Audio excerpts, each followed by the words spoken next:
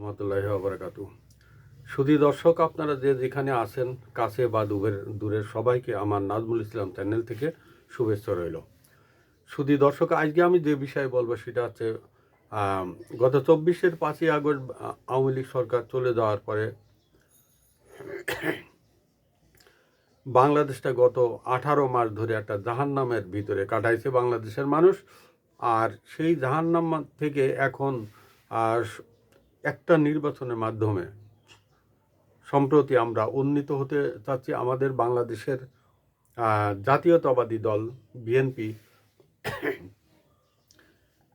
বিজয়ী হয়েছেন এবং বিএনপির সাথে বিরোধী দল হিসেবে সম্ভবত জামাতে ইসলামী আছেন এবং তার অঙ্গ সংগঠনগুলো। নির্বাচন হয়েছে 12 তারিখে, আজকে 15 তারিখ ছাড়াই 15 তারিখ, কিন্তু আজও অবধি বাংলাদেশের এই ক্ষমতা হস্তান্তরে কোনো প্রক্রিয়া এখনও দেখা যাচ্ছে না। নিয়ম অনুযায়ী 72 ঘন্টা 48 ঘন্টার ভিতরে এটা গেজেট প্রকাশ করার কথা, কিন্তু এখনও কোনো গেজেট প্রকাশ করছে না। গেজেট তো প্রকাশ হয়নি এবং ক্ষমতা কীভাবে হস্তান্তর করবে, কে এইটার শপথ বাক্য পাঠ করাবেন, তার কোনো আমরা পাচ্ছি না।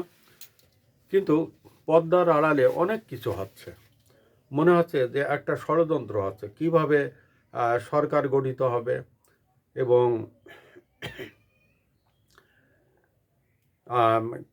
কারা কারা মন্ত্রী পাবে সেটা হচ্ছে দলীয় ব্যাপার, কিন্তু সরকার কিভাবে পরিচালিত হবে এই বিষয় নিয়ে, এবং সবথেকে বড় বিষয় আছে সেফ এক্সিট নিয়ে।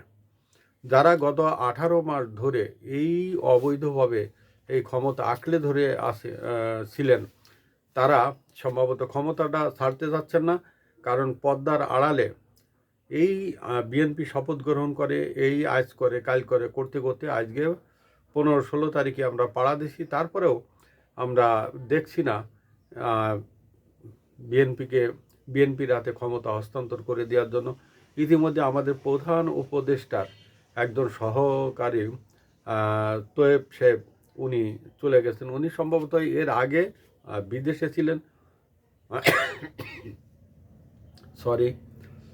সম্প্রতি আমাদের এই ইউনূস সাহেব ওনাকে মাঝপথে ডেকে এনে ওনার বিশেষ সহকারী করেছেন, কিন্তু দুদক ওনার বিরুদ্ধে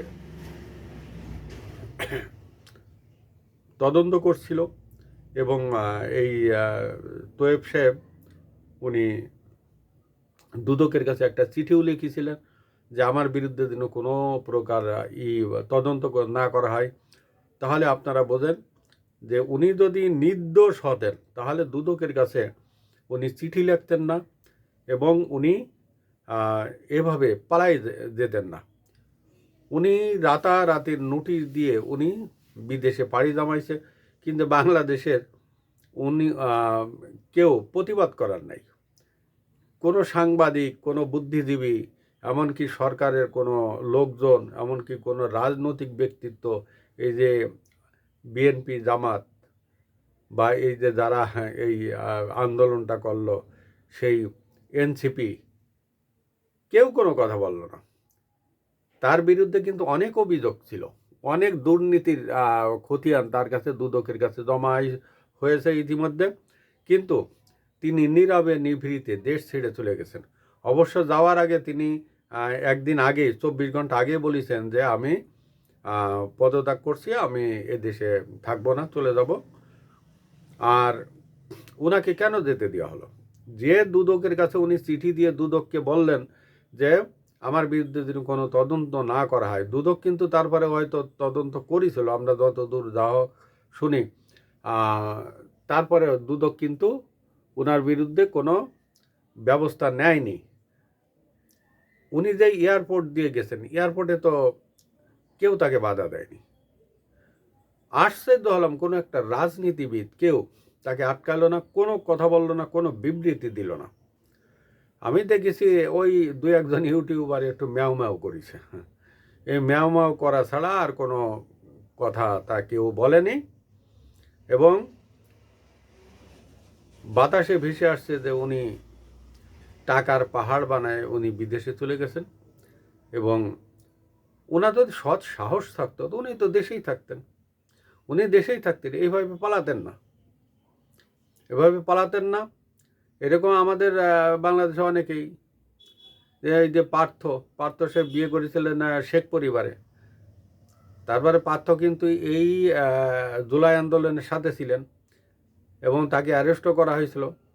তারপরে সেই পার্থর স্ত্রীকে কিন্তু বিদেশে যেতে দেওয়া হয়নি, কারণ তিনি শেখ পরিবারের মেয়ে, এই কারণে। তিনি আবার শেখ পরিবারের মেয়ে, এই পার্থর স্ত্রী, তিনি একটা নির্বাচনী জনসভায় বলেছেন তিনি নাকি গত 16 বছর ধরে নির্যাতিত হয়েছে। মানে আশ্চর্য, এই আওয়ামী লীগকে ডুবাইছে এই জামাই লীগ আত্মীয় লীগ, এরাই কিন্তু আওয়ামী লীগকে ডুবাইছে। আজকে আওয়ামী লীগের অবস্থার জন্য এই জামাই লীগ দায়ী, অন্য কেউ নয়। কিন্তু যেটা বলছিলাম যে ক্ষমতা পদ্মার আড়ালে ষড়যন্ত্র চলছে, তারেক জিয়ার সাথে একটা দেন দরবার হচ্ছে এবং ক্ষমতা তাকে আদৌ দেওয়া হয় কিনা অনেকের সন্দেহ আছে। এটা তো বাংলাদেশের এই চা দোকানগুলো একটা পার্লামেন্ট, প্রতিটা চার দোকান একটা পার্লামেন্ট, সেখানে অনেক কথা বলি হচ্ছে যে আদৌ তারেক জিয়া ক্ষমতা পায় কিনা। বাংলাদেশের জামাত ইসলামের A team, B team, C team সব মাঠে নামাই দেওয়া হয়েছে। তারা রাতের বেলা বিক্ষোভ করছে, আবার মাঝে মাঝে দিনের বেলাও বিক্ষোভ করছে, তারা প্রতিবাদ করছে। তাদের বাড়ি ঘরে নাকি হামলা করা হচ্ছে। এবং এই বিষয়ে এ পর্যন্ত দেখেন যে এই বিএনপিকে এখনও শপথ করানো হয়নি। আর শপথ যে কি করাবে সেটার ব্যাপারে নির্দিষ্ট কোনো সিদ্ধান্তে আসা যাচ্ছে না। স্পিকার পদত্যাগ করেছেন, পদত্যাগের উনি দেশে আছেন না বাইরে গেছেন, দেশের বাইরে গেছেন তার কোনো হদিস নেই। এবং ডেপুটি স্পিকার একটা সাজানো মামলায় উনি জেলে আছেন। আর এরপরে যে কে শপথ করাবেন, ইনি হয়তো প্রেসিডেন্ট আছেন, তিনি একটা দিক নির্দেশনা দিলে তিনি তো সরাসরি হয়তো সম্ভবত তিনি করতে পারেন না, শপথ করাতে পারেন না।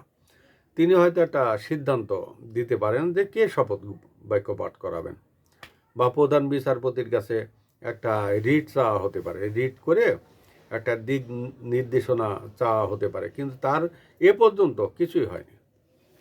এবং শোনা যাচ্ছে যে এটা ঢিলামি করা হচ্ছে এই কারণে যে এই জুলাই আন্দোলন এবং ইউনূস সাহেবের যে মন্ত্রী পরিষদ আছে তাদের সেফ এক্সিটের ব্যাপারে তারেক জিয়ার সাথে দেন দরবার করা হচ্ছে। আসসালামু আলাইকুম ওয়া রাহমাতুল্লাহি ওয়া বারাকাতুহু।